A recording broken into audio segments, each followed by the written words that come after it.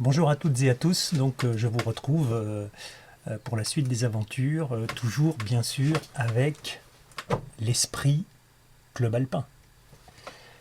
Cave de Bourges. Alors la dernière fois donc je vous avais donc montré comment on pouvait réaliser simplement une paire de skis. J'ai perfectionné encore les choses parce que je sentais bien que Florence était pas très contente. Donc voilà, son vœu est exaucé. Je vous avais montré, vous vous souvenez, le bâton confectionné ici, mais j'ai pensé effectivement aux filles, notamment parce que je sais que Florence est très sensible à tous les objets qui sont très genrés. Donc ici, on a, pour elle comme pour les autres, le modèle en rose. Et vous aurez remarqué que ici c'est le modèle poudreuse, donc une rondelle très large avec le couvercle d'une boîte de Ricoré.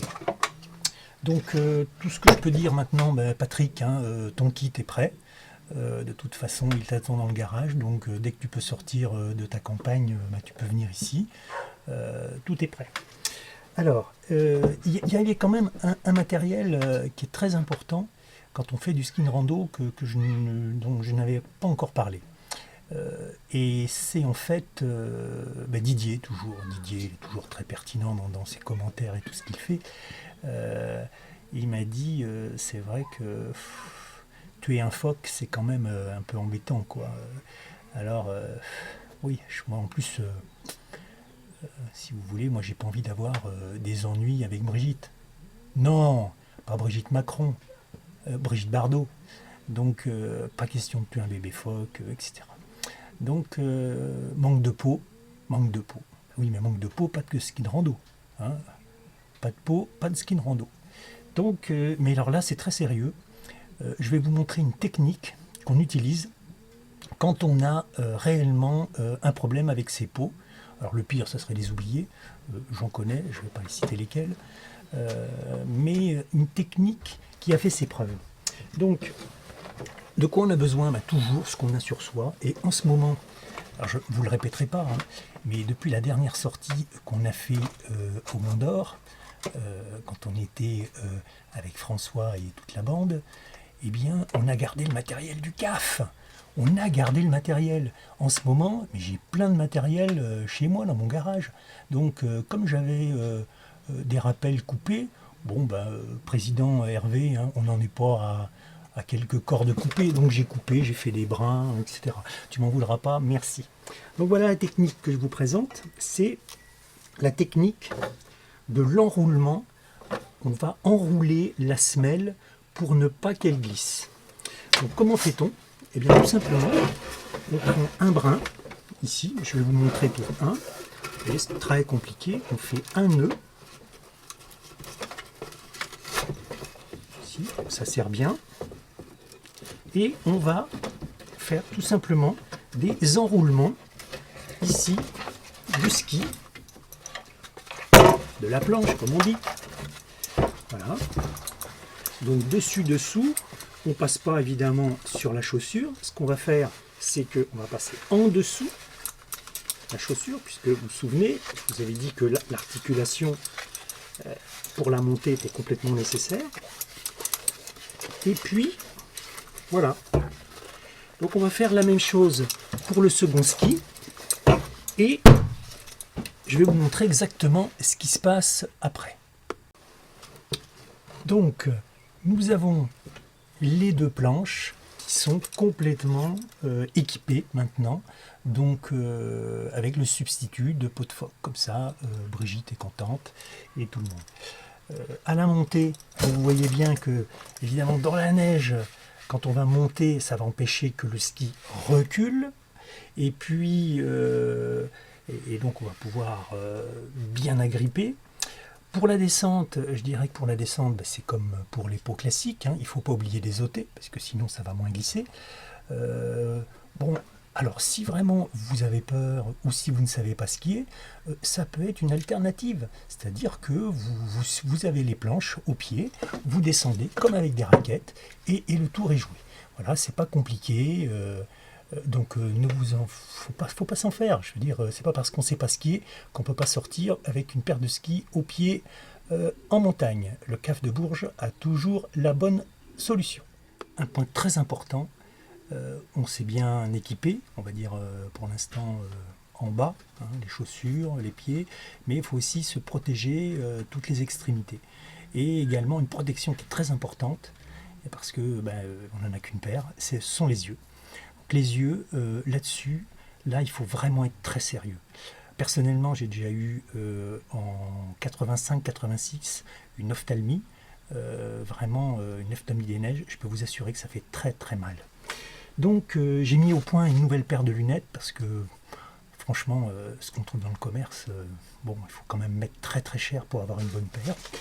Et là, vous connaissez évidemment toute la technologie que je recherche, hein, à la fois sur des circuits courts, des produits très bio et la récupération. Donc je vous conseille quelque chose à vous fabriquer. Très simplement, vous vous souvenez, toujours notre bouteille de lait bio.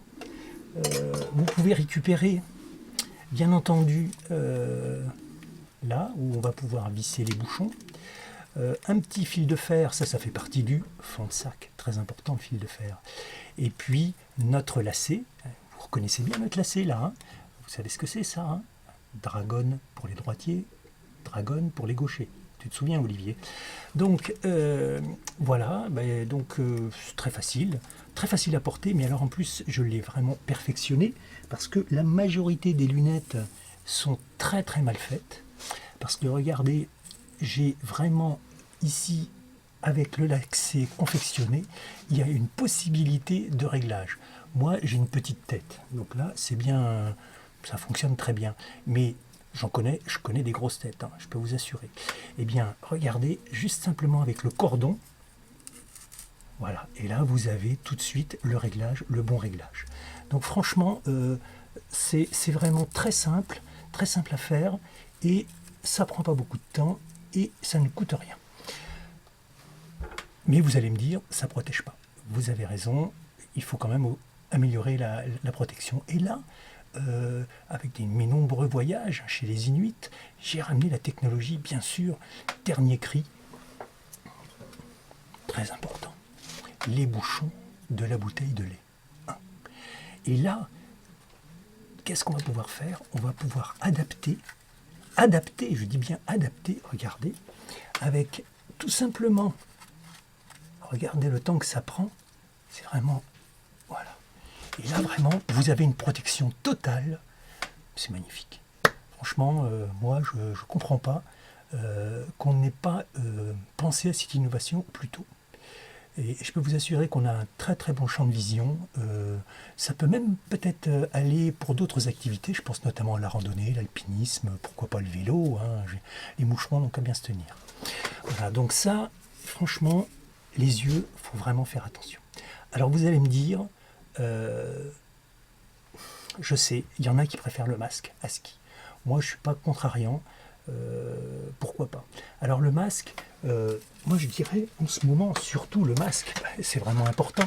Donc on est bien d'accord, vous sortez avec le masque. Le masque c'est essentiel, on en a tous besoin. Et alors masque ou lunettes, eh bien je dirais les deux mon capitaine. Donc moi ce que je vous conseille, c'est d'avoir toujours ici vos lunettes là. Le masque, il y a une petite astuce qui consiste à le garder et à le mettre derrière, comme ça, voilà, et comme ça tout se passe bien. S'il y a vraiment du brouillard, eh bien on met le masque, et puis on met les lunettes ici derrière, et puis lycée de Versailles. Voilà, donc les deux dans le fond de sac, toujours, les lunettes et le masque. Et maintenant, pensons à la tête. La tête, c'est pareil, qu'elle soit petite ou grosse, il faut la protéger. Donc, il n'y a pas 36 solutions, il faut un casque, j'insiste, un casque. En ski de rando, la législation, en ce moment, le casque est obligatoire pour les mineurs, il est facultatif, recommandé pour les majeurs. Eh bien moi, je dis, on doit montrer l'exemple, on est au CAF, c'est ça aussi, hein, l'esprit club alpin, on montre l'exemple, eh bien j'ai un casque. Et puis c'est toujours le problème du poids, on en a toujours trop dans notre sac à dos, donc là faites preuve d'ingéniosité, on emmène toujours trop de choses. Donc moi j'ai pas 36 choses à vous apprendre, hein. Simplement sachez que voilà, souvent quand on part, on emmène la gamelle, la popote, etc. C'est lourd, c'est encombrant. Donc la seule solution, vous voulez vous protéger, mais il n'y a pas 36 réponses. Le casque, voilà. Le casque, vous l'avez, il est là. Alors comment le fixer? Parce que c'est vrai qu'il ne va jamais tenir. La dragonne, pour droitier, pour gaucher. Toujours.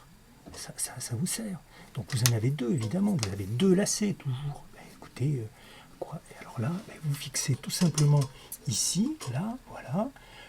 Ici, vous le mettez derrière et vous faites un nœud.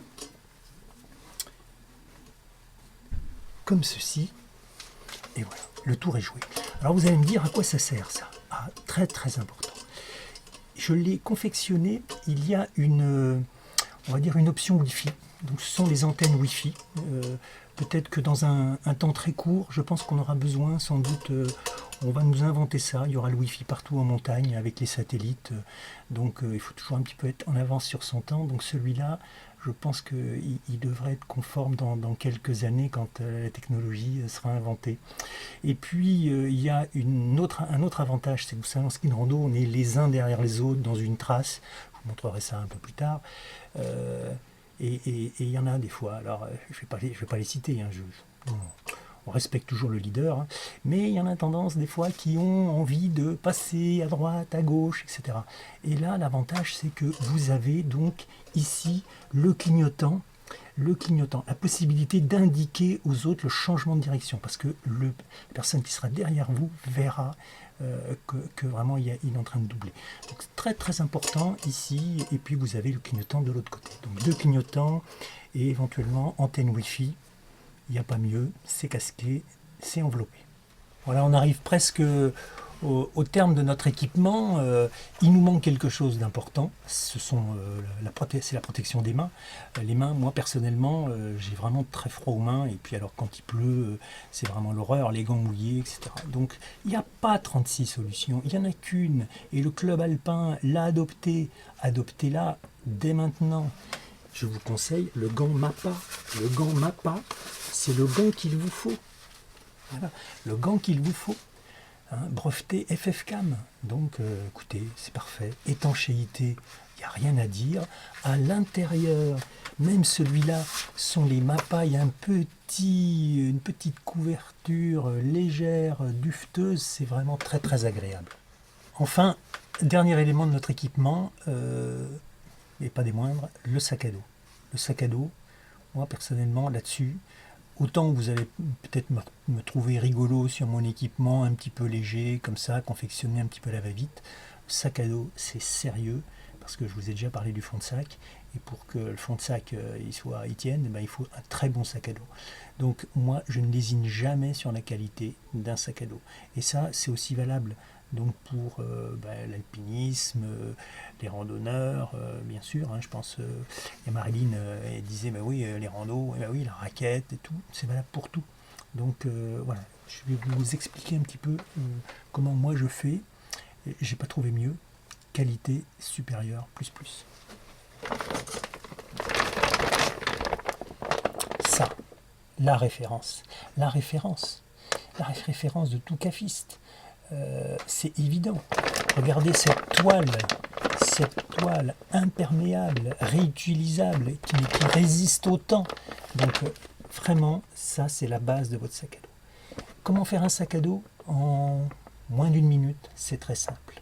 Qu'est-ce qu'il vous faut? Bien sûr, la base. Ici, le contenant.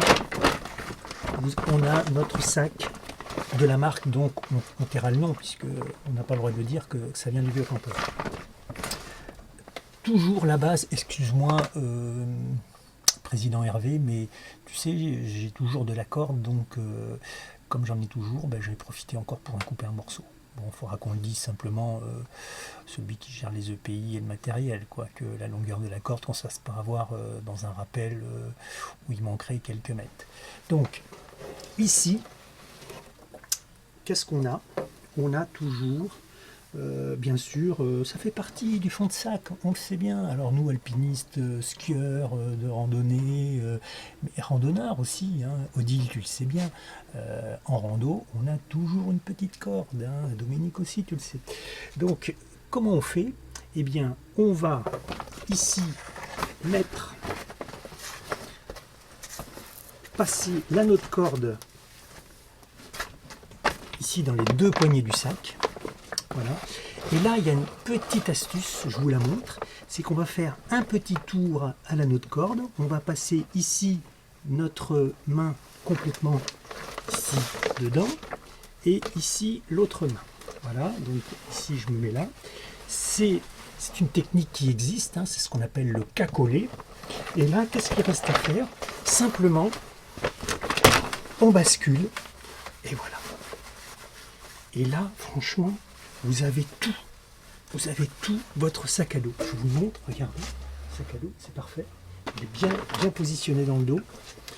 Regardez ces bretelles. Plus jamais mal.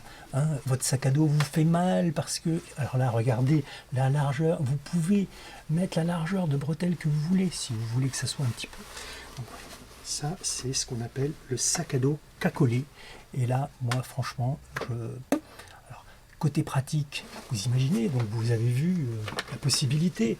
Vous êtes à deux dans un groupe, il y en a un qui veut boire, c'est toujours pénible, il faut poser son sac, il faut le quitter, etc. Là, vous demandez à quelqu'un accès immédiat à tout ce dont vous avez besoin. Le fond de sac, par exemple. Vous avez besoin de la visseuse, par exemple, tout de suite, vous trouvez votre visseuse. Il n'y a aucun souci. Donc là, vraiment, ça, c'est la technique la plus simple pour faire un sac à dos. Il en existe d'autres, mais si vous voulez, je pourrais vous les montrer, mais une prochaine fois. Bien, je crois que voilà, on arrive au terme de cette deuxième épisode. Je crois qu'on a vraiment bien tout notre matériel, et là, je crois qu'on est fin prêt pour enfin sortir. Et sortir, il n'y a pas de solution. Hein. On va aller sur la neige, on va aller skier. Donc voilà, gardez bien toujours l'esprit club alpin, très important. Et je voudrais vous rappeler qu'effectivement, il y en a beaucoup qui souffrent en ce moment. Oula, c'est une période très incertaine. C'est vrai que c'est... Enfin, moi, j'ai vraiment beaucoup de pensées. Voilà, c'est vraiment... Il y en a beaucoup qui font beaucoup d'efforts. Mais en tout cas, ce que je voudrais vraiment vous dire, et ça j'en suis vraiment certain, là je vous le dis vraiment très très sérieusement, s'il y a bien une chose que ce satané virus m'a appris dans cette période, c'est que vous n'aurez pas ma corona.